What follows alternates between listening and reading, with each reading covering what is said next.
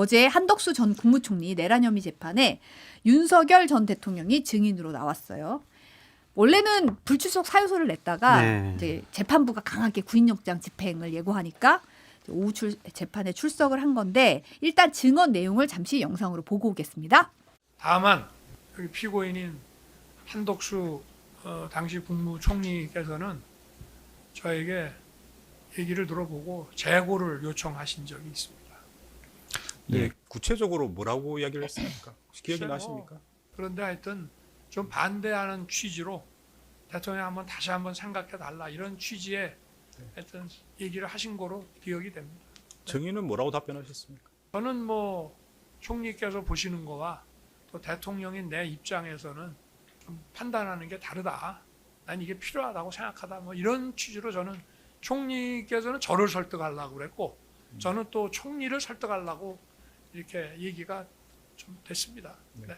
혹시 피고인이 반대라고 명확하게 표시를 했습니까? 어떻습니까? 재고해달라고 했습니까? 반대하는 취지죠. 그게 반대라는 단어를 썼는지 뭐 어떤지는 기억이 나지 않습니다만은 제한테는 반대의 취지로 그걸 했기 때문에 국방장관에게 전화를 받았습니다. 받아서 무슨 뭐 여론조사 꽃, 또 민주당 당사, 또 무슨 언론사에도 저 병력을 좀 보내야 될 것 같습니다. 그래서 왜 보내냐 그랬더니 선관위 관련해서 여기도 확인할 게 좀 있습니다. 라고 얘기를 했는데 제가 아니 거기는 민간기관이니까 안 된다. 그리고 군을 조금 투입하라고 했는데 뭐 이렇게 군을 자꾸 여기저기 보내려 하냐. 하지 마라. 라고 제가 잘랐거든요. 그러면 여론조사 꽃하고 또 어디입니까? 그 여론조사 꽃 하여튼 민주당 당사 민주당 당사. 그리고 뭐 어디 언론사 어디 얘기를 하는데 언론사. 제가 펄쩍 뛰었죠. 이 민간 기관에 절대 보내지 마라. 왜냐하면 이 계엄을 해서 선관위 같으면은 저 계엄법 7조 8조에 따라서 그 계엄 당국이 갈 수는 있습니다. 그렇지만 민간 기관에는 가면 안 되거든요. 그래서 안 된다고 제가 딱 잘랐고 그래서 장관이 아마 전부 지시를 해가지고 거기에는 가지 않고 출동한 사람들은 중간에 가다가 전부 올스톱 한 거로 그렇게 알고 있습니다. 원래는 증언을 계속 거부하다가 한덕수 총리에 대해서는 갑자기 다만 이러더니 돌연 계엄을 재고해달라고 요청했다고 밝혔어요. 네. 그런데 김용현 전 장관에 대해서 갑자기 계엄 당시에 군병력 투입하려고 했던 거는 김 전 장관이 나한테 전화한 거고 나는 펄쩍 뛰었다, 나 막았다 이런 취지로 지금 증언을 하고 있거든요. 뭐 어떻게 들으셨어요? 개뻥이에요. 개뻥이다. 개뻥이죠. 왜냐하면 이미 탄핵심판에서도 그렇게 얘기했었고 내가 막았다라고 했는데 방첩사의 당시 방첩사 사이버 보안실장이 얘기했습니다. 지시가 내려왔다. 지시가 내려와서 우리가 안 간 거다. 야 이게 적법하냐? 가도 되나? 그래서 우리가 안 갔다는 거예요. 만약 대통령이 김영현 장관한테 지시를 했어요. 그러면은 지금 윤석열 전 대통령 주장에 따르면 김영현 장관이 지시를 다시 회수했거나 또는 중단을 시켰어야 하잖아요. 중단은 말단에서 중단된 겁니다. 실제 가야 되는 지시를 받은 군인들이 이건 아니다. 그런 거지 윤석열 대통령이 한 게 아니거든요. 그래서 그냥 망상에 있는 거예요. 본인이 적법한 계엄을 했다. 망상 속에 있기 때문에 그 망상 속에서 윤석열이 그냥 풀어내서 얘기하는 거다라고 봅니다. 한덕수 전 국무총리 재판에 나간 거잖아요. 그래서 한덕수 전 총리에 대해서 좀 옹호하는 얘기를 좀 한 것이 아닌가라는 좀 생각이 들고요. 반대의 취지로 얘기했다라는 거잖아요. 그래서 명확하게 대통령이 안 됩니다. 그거 하시면 안 됩니다. 이런 얘기는 아니었던 것 같아요. 다시 한번 좀 생각해 보시는 게 어떨까요? 이런 소극적인 반대 의사를 표명한 것이 아닌가 그런 좀 생각이 들고 그냥 단순히 한번 그냥 다시 생각해 보세요. 이걸 가지고 한덕수 전 총리의 죄가 감형이 된다라고 보기는 어려울 것 같아요. 왜냐하면 우리가 CCTV에서 살펴봤듯이 이상민 장관과 여러 서류를 주고받으면서 웃으면서 논의하고 상의하는 그런 모습을 보였고 다른 국무위원들에게도 어떤 우리가 대통령을 말려야 된다, 못하게 해야 된다 그러한 논의나 지시를 한 적이 없다. 그것이 이제 밝혀졌기 때문에 이거 하나 가지고 뭐 한덕수 재판에 도움이 될 거라고는 좀 생각이 되지를 않고요. 이 부분 김용현 국방부 장관에게 책임을 미루는 듯한 그런 모습은 참 계속 기대를 해오지 않았지만 지도자나 대통령답지 않은 모습이었다. 근데 여기서도 거짓말이라고 생각이 드는 게 군을 조금 투입하라고 했다. 이런 발언을 했잖아요. 네. 근데 우리가 여러 증언에 의하면은 김용현 장관에게 국회에다가 1,000명 가지고는 좀 부족하다고 했잖아. 한 3,000명 정도는 투입해야 된다고 얘기했잖아. 이런 증언을 우리가 들었잖아요. 네. 그런 거 보면 군을 조금 투입하라고 했는데 왜 자꾸 여기저기 보내냐. 이것도 좀 거짓말한 것이 아니냐. 그런 생각이 듭니다. 굉장히 좀 나름은 머리를 굴렸다는 생각이 드는 건 선관위는 뭐 갈 수는 있다. 근데 그렇죠. 민간 기관은 안 된다. 내가 펄쩍 뛰었다. 예. 제가 얘기한 거다. 내가 한 거 아니다. 지금 그렇죠. 이거를 굉장히 확 몰아주기를 하고 있더라고요. 본인은 여전히 부정선거가 있었고 그다음에 뭐 중국 뭐 또는 좌파 이렇게 해갖고 우리 사회가 이미 이 반국가 세력에서 점령당했다라고 생각하는 망상 속에 살고 있기 때문에 나는 어쨌든 본인은 정상이라고 생각하죠 그게. 그래서 거기에 맞는 행동을 했다라고 계속 주장을 하는 거예요. 근데 대신 민간기관, 언론사나 이런 것까지 가면은 본인이 적법하지 않은 행동을 한 거기 때문에 제가 볼 때는 거짓말이라기보다 스스로 그냥 그렇게 생각하고 있는 것 같아요. 나는 훌륭한 일을 했어. 근데 그런 정신 세계가 하나 있고 또 하나는 되게 찌질한 모습들도 많이 보이고 있는 거죠. 근데 그건 뭐 찌질한 건 원래 본인의 DNA이기 때문에 어떻게 할 수가 없는 거고. 그래서 뭐 앞서 말씀하신 대로 군을 최소한 투입하라고 했다. 장 선생님이 말씀 잘해주신데 계엄 해제가 된 뒤에 당시 지휘통제실 합참 지휘통제실 안에서 했던 대화가 다 있잖아요. 그래서 야 그러니까 내가 더 보여야 한다고 했었어야지. 500명인가 1000명인가 뭐야 이렇게 했고 김용현 장관은 중과부적이다. 이렇게 얘기했었고. 그렇죠. 중과부작 나왔었죠. 네. 그래서 뭐 거짓말이라는 표현이 좋네요. 아까 제가 개뻥이라고 했던 건 방송에 부적합했던 것 같습니다. 사과드립니다. 그러니까요. 거짓말이라고 하세요. 개뻥이 확 다가오긴 해요. 그죠? 개뻥이 확 다가오긴 개뻥으로 하네요. 하죠. 뭐 이 정도까지는 괜찮죠.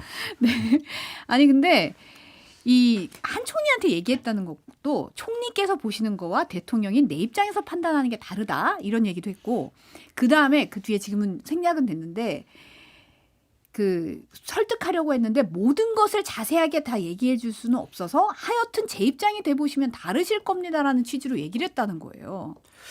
이것도 일관돼요. 뭐 헌재에서의 증언이라든지 다른 쪽에 뭐 여러 가지 언론 보도 내용을 보면은 대통령은 당신들과 달리 여러 군데서 정보를 받고 종합적으로 판단하기 때문에 나는 지금 국가가 반국가 세력에 의해서 대단히 위험해지고 있다라고 판단했기 때문에 나는 비상계엄을 하는 거니까 너희들은 내 말을 따러 이런 식의 논리를 계속 전개를 했었거든요. 그래서 우리가 뭐가 있는 줄 알았잖아요. 뭐가 더 있길래 저러나 보다 해서 얘기를 들어보니까 뭐 얘기 들리는 내용이 뭐 유튜브에서 들은 내용 이런 얘기 하고 있었잖아요. 이건 사실. 국정원의 비밀 정보가 아니고 네. 구구 유튜브에서 들은 것들이에요. 거기에다가 이제 김건희 씨를 보호하기 위해서 한 것이 아니냐. 그러한 저희가 추측을 계속 하는 거죠. 그래서 정말 헌법상에 나와 있는 비상계엄의 요건에는 맞지 않은 것을 스스로 자기 입으로 입증하는 것이 아니냐 그런 생각이 듭니다. 특검에 게다가 CCTV 영상 제시하면서 이때는 어땠냐 이때는 어땠냐 막 질문하니까 윤 전 대통령이 이미 1년 가까이 지난 일이라 기억이 정확하지 않다. 이런 식으로 분단위로 물어보면 답변하지 않겠다라고 하고 또 뭐 국무위원 추가로 소집된 거에 대해서도 소집하도록 지시한 거 아니냐 이렇게 물으니까 아니 추정을 해도 합리적 과학적이면 모르겠는데 불합리한 추정에 대해서는 얘기하지 않겠다. 뭐 이런 반응을 보였어요. 불리하다고 생각을 한 것 같아요. 이것들을 사실대로 얘기를 하게 되면 불리하니까 질문 자체에 대한 답변을 안 하겠다라는 건데 검사 윤석열이었으면 피고인이 그렇게 그냥 분단위로 물어보면 자세하게 물어보면 나는 답변하지 않겠습니다. 그러면 때렸을 것 같아요. 참 이게 본인이 검사일 때랑 지금 피고인일 때랑 다른 것 같은데 기본적으로 기억을 지워버리고 싶어 하지 않았을까. 지금은 그래도 좀 후회하지 않을까요? 나 정말 이러다가는 뭐 무기징역 받을 수 있고 사형당할 수도 있겠구나. 내 삶이 여기서 끝날 수도 있겠구나. 내가 왜 그때 그랬을까. 그때 기억 내 지워버리고 싶어. 그런 생각도 있는 것 같고 기억을 하면 안 돼. 이런 생각도 하는 것 같아요. 또 실질적으로 뭐 기억을 못할 수도 있죠. 1년 전 일을 분단위로 어떻게 기억을 하겠습니까? 그런데 이런 것들을 보면 참 비겁한 대통령의 모습을 계속 보여주는 거다라는 생각이 듭니다. 뭐 사실 비슷한 생각인데 저는 뭐 기억은 못할 수도 있다라고 봐요. 그러니까 그 당시 재판에 특검이 계속 CCTV 장면들 몇 분에 드러나는 장면이다. 이때 어떤 얘기를 했냐, 이상민 장관에게 어떤 얘기를 했냐. 또 자 갑자기 뭐 9시 59분 같은 경우 시계를 보면서 왔는데 이때 무슨 말을 했냐 이런 얘기도 쭉 하거든요. 근데 기억 못할 수도 있다고 봐요. 그래서 재판장도 기억 못한다고 답변을 못한다고 하니 뭐 불필요한 것들은 넘어가자 이렇게 얘기를 하거든요. 근데 기억을 못할 수도 있는데 기억 못해서 답변을 못 드립니다라는 대답은 우리가 확인할 필요가 있는 것 같아요. 안 그러면 이분이 나중에 그때 내가 뭐 했다고 또 거짓말하거든요. 당신 그때 기억 못한다고 했잖아. 이런 얘기를 할 수가 있는 거죠. 재판부가 추경호 당시 원내대표와 통화 내용에 대해서 계엄 해제 결의에 대해서 얘기한 거 아니냐라고 아주 직접적으로 물었거든요. 요거는 영상으로 잠깐 보고 오겠습니다. 해제 결의, 국회 비상경 해제 결의에서 말씀하신 거 아닙니까? 통화를 할 때 추경호하고 무슨 해제 얘기를 특별히 한 거 기억은 없는데요. 기억이 없습니까? 네네, 해제 관련한 얘기는 없는 것 같아요. 추경호 의원 말고 다른 의원과 통화한 적 있습니까? 비상경 후에. 제가 그때 뭐 하여튼 야당과의 이런 어떻게 보면 뭐 협의와 이런 대결 이런 거에 고생을 좀 했다고 생각하는 사람이 추경호와 나경원이었는데 나경원 의원한테도 전화가 왔는지 제가 했는지 통화를 한 기억이 있거든요. 무슨 이야기를 했습니까? 그건 뭐 정확히 기억이 안 납니다. 하여튼 나경원도 뭐 하여튼 고생하는데 이런 거를 미리 하여튼 알려주지 못해서 미안하다라는 취지의 얘기를 하지 않았나 싶습니다. 근데 그 통화 시점이 사실은 비상계엄 후에 네네. 아주 그렇죠. 급박한 상황인데 그때 전화를 해서 고생이 방에서 이제 다들 가고 네. 제가 방에 이렇게 혼자 있으면서 그때는 뭐 이렇게 방에 사람도 없고 뭐 이렇게 좀 정신없고 이런 상황이 아니었고. 그러니까 뭐 어떻게 말씀하시는지는 증인이 말씀하시면 되는 건데 네. 그 당시 상황이 이렇게 뭐 일반적으로 보면 급하다고 볼 수도 있는데 네. 그 상황 안에 전화해가지고 고생이 많았다 이런 취지로 말씀하셨던 건가요? 그렇습니다. 네, 뭐 그때 뭐 특별히 저도 할 일이 없었거든요. 그 당시 상황에서는. 그러니까 상식적으로 계엄 선포하고 방에 혼자 앉아 있으면서 할 일이 없어서 추경호 의원과 나경원 의원과 통화를 했다는 얘기잖아요. 그러니까요. 참. 저런 한심한 사람이 우리나라 대통령이었다라고 부끄럽고 창피하다라고 먼저 말씀을 드리고 그냥 불리한 내용들은 그냥 기억이 안 난다라고 넘어가고 싶어하는 것 같아요. 또 추경호 전 원내대표 같은 경우에는 또 법원의 구속영장 실질 심사가 예정되어 있기 때문에 뭔가 계엄 해제와 관련해서 얘기를 나눴다라고 하면 추경호 전 원내대표에게 불리한 증언이 될 수도 있기 때문에 좀 보호하려는 측면도 있지 않았을까 그런 생각이 드는데 다들 가고 방에 혼자 있으면서 할 일이 없었다. 이거를 믿을 국민이 얼마나 있을까요? 당시 정말 급박한 상황이었잖아요. 우린 불안에 떨어가지고 정말 날밤 새면서 걱정하고 그랬는데 저렇게 한가하게 했다라는 것 못 믿겠습니다. 개뻑이에요. 왜냐면 아니, 길게 얘기했는데 한마디로 하시면 어떡해요 정리를. 그 뒤에 길게 얘기하려고요. 그때가 11시 22분에 약 2분간 통화한 거잖아요. 네. 먼저 태도를 보면 물론 이제 확인은 안 되죠. 왜냐하면 추경호 의원과 윤석열 전 대통령 두 사람이 거짓말해버리면 통화 녹음이 없는 한 통화 기록만 확인되고 지금 내용은 확인을 못하고 있죠. 근데 정황상 좀 아니죠. 첫 번째는 일단 말투를 보면 그날 내가 이거는 거의 거짓말할 때 접두사예요. 대답이 곤란한 대답을 그날 내가 이게 그렇게 얘기하잖아요. 뭐라고 할까 시동을 부릉부릉 그렇죠. 거는 거군요. 이걸 어떻게 내가 답변을 해서 빠져나가지? 우리가 일상생활에서도 흔히 난처한 질문 받으면 그날 너 뭐 하지 않았어? 그날 내가 이건 딱 접두사입니다. 거짓말에. 그렇게 그리고- 거짓말 많이 하셨구나. 예, 제가 그렇게 쓰면 오. 거짓말이에요. 그리고 두 번째는 이분이 이제 계속 곽종훈 사령관, 이진웅 사령관 물론 그 한 40분 정도 뒤입니다. 전화해서 끌어내라. 일단 계엄 해제 표결을 막는 게 본인의 가장 중요한 그 당시에 급선무였거든요. 근데 11시 22분에 방에 들어가서 할 일이 없어서 저때 표현이 뭐라고 나냐면 원내 협상 고생을 했으니 라고 또 원내 협상 관련돼서 얘기를 했다고 해요. 본인이 1시간여 전에 계엄 선포 1시간도 안 됐죠. 한 40분 전에 계엄 선포 해놓고는 지금 야당과 협상 이런 것들이 좀 그렇지 말이 됩니까? 상식적으로 할 일 없어도 말이 안 되죠. 그래서 본인 머릿속에는 아마 계엄 해제가 가장 국회에서 표결을 하면 안 되는 데에 들어갔을 것이고 그러면 상식적으로는 추경호원과 물론 뭐 미리 만약에 추경호원이 진짜 몰랐다면 미리 안 알려줘서 미안하다 이 정도 얘기는 할 수 있었을 것 같은데 그 뒤에 뭘 하겠냐. 이거는 추 의원이 좀 도와줘야 되겠어. 그런 얘기를 하지 않았을까라고 추정이 되죠. 이러지 않았을까요? 네. 이렇게 딱 가만히 앉아 있다가 추 대표 전화 한번 해보자. 추 대표 그거 참 내가 뭐 미리 알려주지 못하고 상의하지 못해서 미안하긴 한데 비상계엄 해제 결의안 그거 좀 막았어야 되는 거 아닌가? 막을 수 없었나? 그거 당신 어떻게 생각해? 뭐 이런 얘기를 하지 않았을까? 그때는 싶네요. 이제 아직 진행 중이었잖아요. 진행 중이었어요. 네, 11시 비상계엄 이거 좀- 해제 결의안 이거 막아야 되는 거 아닌가? 이거 좀 꼭 좀 막아야 뭐 이렇게 얘기하지 않았을까 그럼. 그 정도 대화겠죠. 저도 그렇게 추정을 합니다. 그게 상식적인 판단. 왜냐하면 본인이 딱 할 때 이거는 계엄을 막는 게 가장 급선무다. 그러니까 계엄 해제 표결을 막는 게 가장 급선무다라고 판단을 했기 때문에 뭐 갑자기 추경호원이 생각나서 그때 우리 저녁 먹은데 어디지 거기 김치 맛있던데 이런 얘기할 건 아니잖아요. 그다음에 원내 협상 가지고 얘기할 계제는 전혀 아니었다. 아이, 그래서 도와달라라고 얘기했을 가능성이 저는 크다고 급박하지 봅니다. 않았다는 이 설명 자체가 너무 말이 안 되는 것 같아요. 그렇죠. 왜냐면 그때 우리 TV 화면을 보면서 막 국회 본회의장 상황 보면서 빨리 저 비상계엄 해제 결의안이 통과돼야 되는데 이렇게 조급한 마음으로 불안한 마음으로 계속 보고 있었잖아요. 근데 본인은 이제 할 일이 없네. 야 협상 그때 잘했지. 뭐 예산 잘 정리했지. 이렇게 해가지고 격려 전화했을 리는 없을 것 같아요. 다 거짓말인 게 그때 이제 재판에서 그 얘기도 했거든요. 근데 이진관 부장판사가 전 정말 정확하게 잘 물어봤다고 생각해요. 앞서도 그때가 급박하다고 볼 수 있는 게 상식적이지 않냐는 취지로 물었잖아요. 네. 아니 내가 뭐 딱히 할 일도 없고 그렇게 얘기를 해요. 누가 그걸 믿겠습니까? 그리고 계엄을 2번, 3번 할 수도 있다는 말 하지 않았습니까?라고 물어보니까 아니 그런 말 한 적 없다. 근데 계엄 해제된 다음에 지휘 통제실에 있던 군인들이 그 말을 다 들었어요. 그리고 법전을 가지고 와라라고 해서 계엄을 또 할 수 있고 자 해제 표결했을 때 내가 어떻게 이걸 할지 그걸 또 본인이 찾아봤습니다. 그래서 그 말도 거짓말이고 뭐 그냥 전략적으로 했다보다 본인이 그렇게 믿고 있는 것 같아요. 제가 볼 때는 그냥 망상 속에 제정신이 아니다.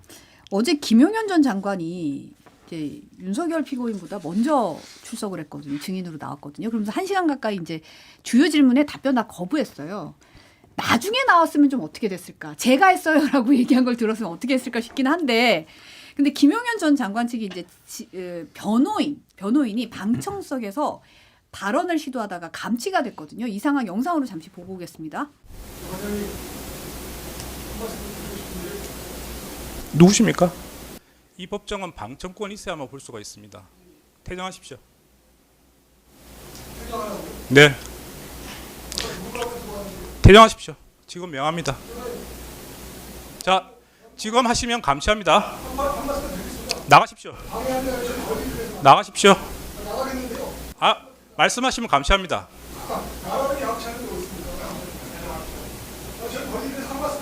나가십시오.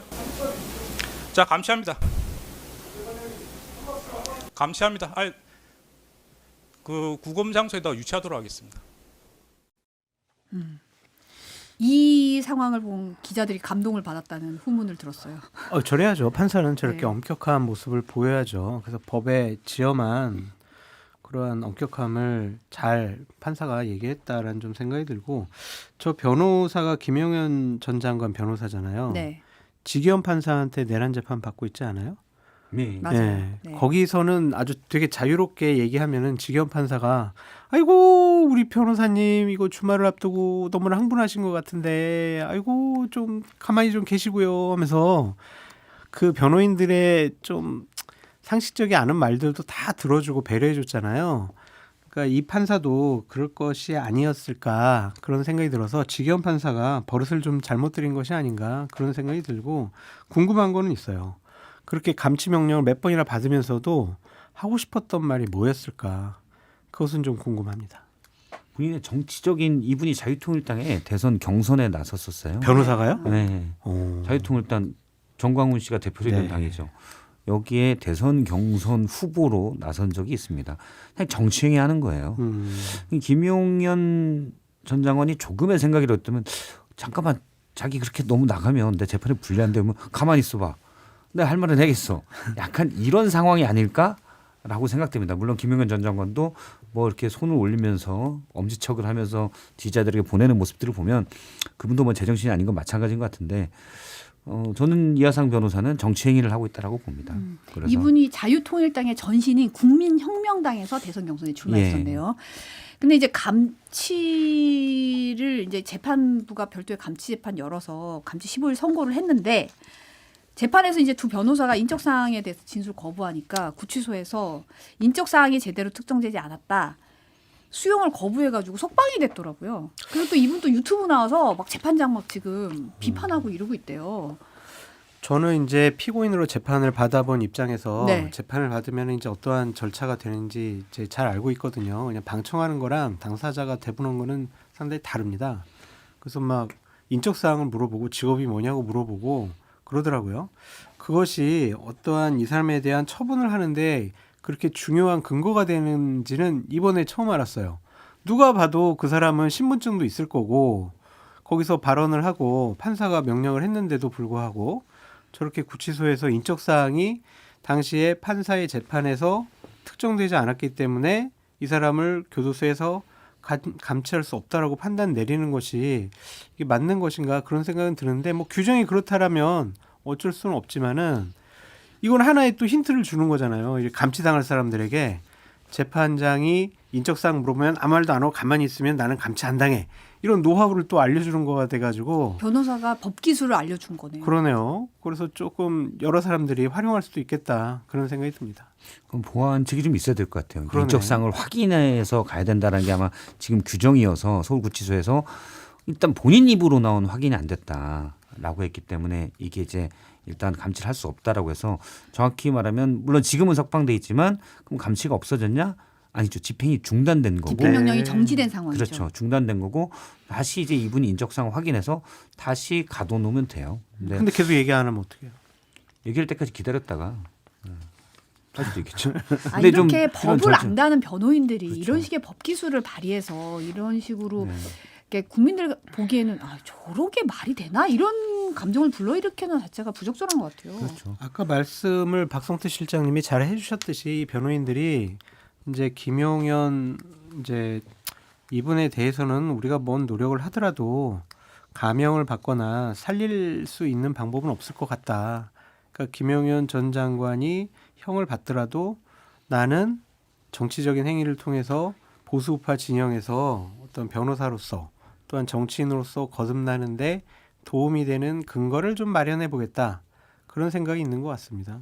지금 뭐 쇼츠에 저도 이모 변호사 사실 이분이 뭐 자유통일당 그 아까 앞서 전신이 국민혁명당의 대선 경선에 나왔을 때 누구도 모르잖아요. 근데 이번에 많이 알게 됐잖아요. 그래서 더 알려지면 안 되니까 그냥 이모 변호사라고 하겠습니다.